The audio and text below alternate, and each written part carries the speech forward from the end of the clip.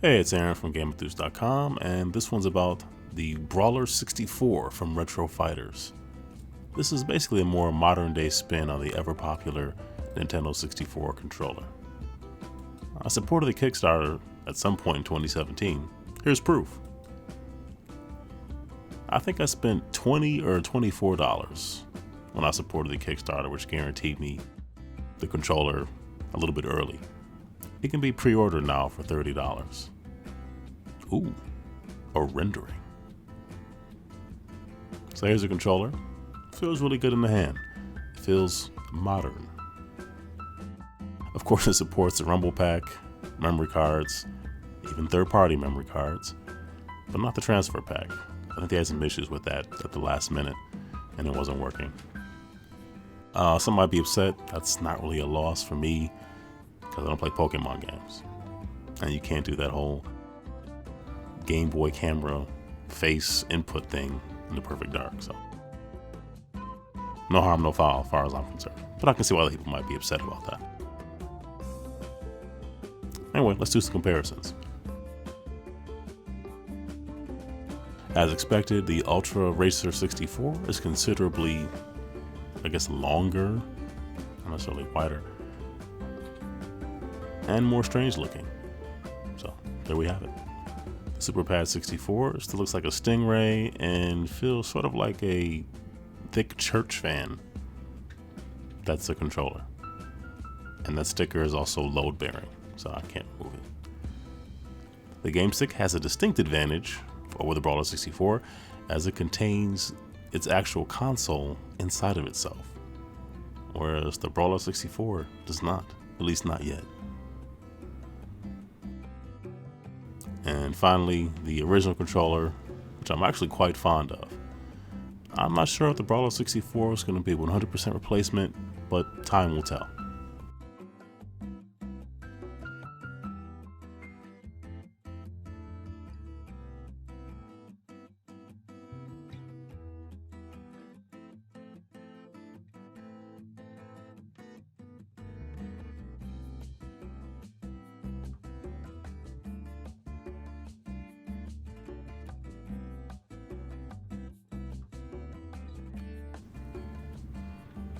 Quick update, I got an email from the creators about an issue with the left analog while pressing the L button.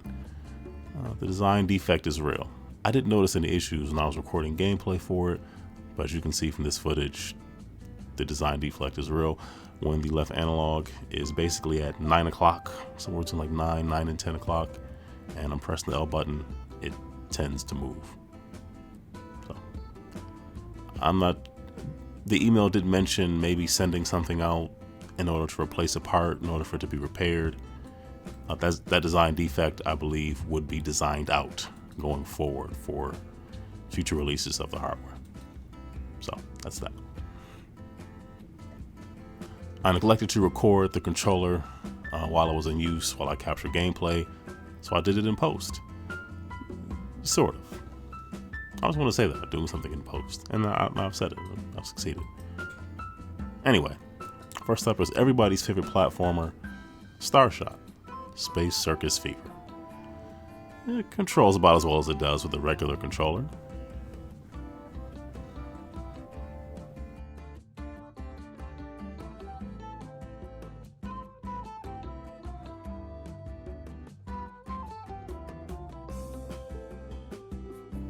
This next title is somewhat niche.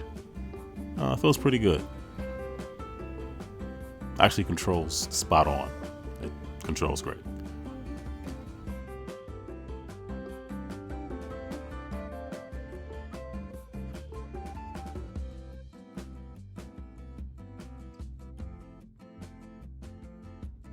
I did want to test out the swimming to see if it felt good.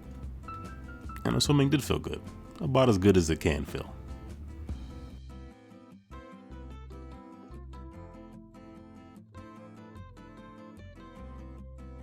Perfect Dark felt kind of odd, but that might have just been me getting used to the Brawler 64 for the first time with a first-person shooter.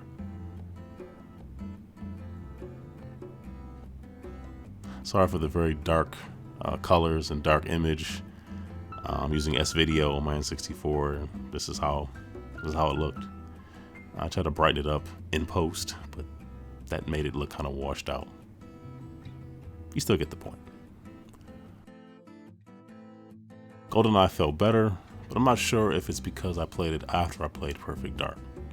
But it still just felt good. I felt like I probably never really need to use the OG N64 controller going forward, at least not for GoldenEye. And yes, I'm calling it the OG controller because it's just easier to say that than original N64 controller. Okay, now for the N64's wheelhouse, what it does best, what it's known for, fighting games.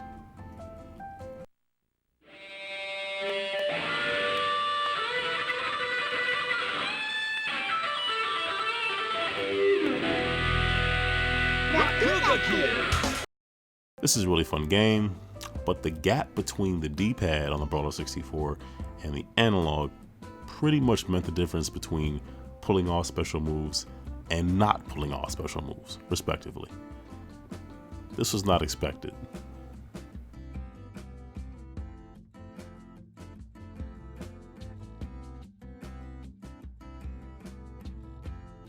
Smash was pretty much perfect, which isn't a surprise because this controller is made by RetroFighters, so yeah, Smash was going to work.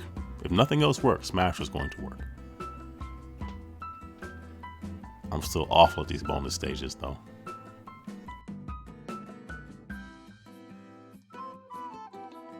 See?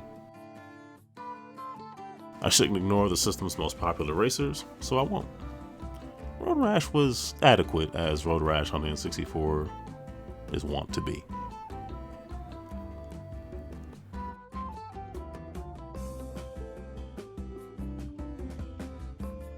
Paperboy or Paper Girl is still hot garbage, so you've lost nothing. So gained nothing, but you've lost nothing there.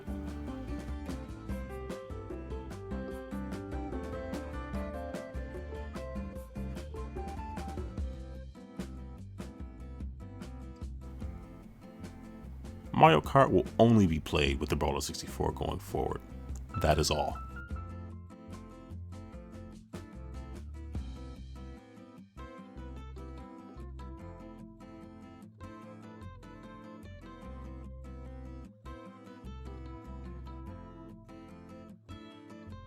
Okay, I'll fully admit at this point, I'm pretty much just showing games I play with it just because. Bomberman Hero also played very well.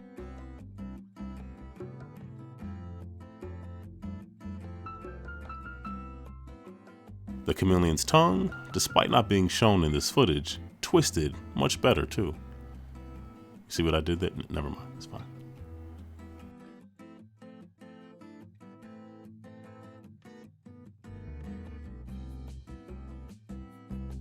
Last but certainly not least, Virtual Pro Wrestling 2 definitely felt like it could be played exclusively with the Brawler64.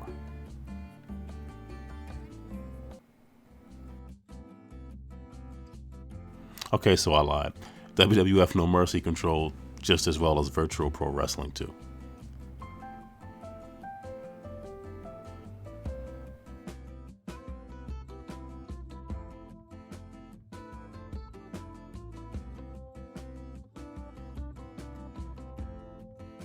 Okay, so in summary, there are a lot more games to test out, but overall, I'm really liking the Brawler64. It's not 100% replacement for everything, but I'd say for the majority of titles I played, it worked just fine. The defect, I didn't notice anything with it when I was playing it, but now that I know it's there, hopefully I don't subconsciously make it an issue. But it is what it is. So overall, I would recommend it. Anywho, watch more videos, like, subscribe, and as always, thanks for watching.